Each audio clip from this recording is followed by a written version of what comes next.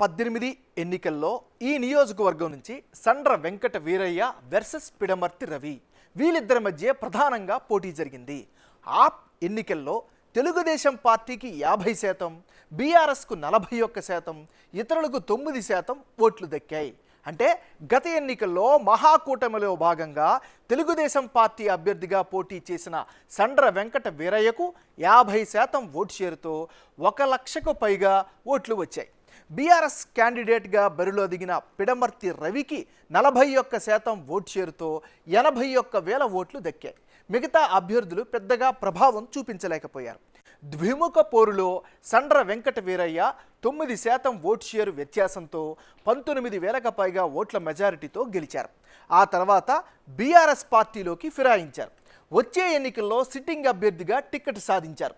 మరి కాంగ్రెస్ పార్టీ నుంచి ఎవరు రంగంలోకి దిగనున్నారు, ఎవరు అభ్యర్థులుగా ఉంటే ఫలితాలు ఏ విధంగా వచ్చే అవకాశాలు ఉన్నాయి, అభ్యర్థుల అనుకూల ప్రతికూల అంశాలేమిటో ఇప్పుడు చూద్దాం.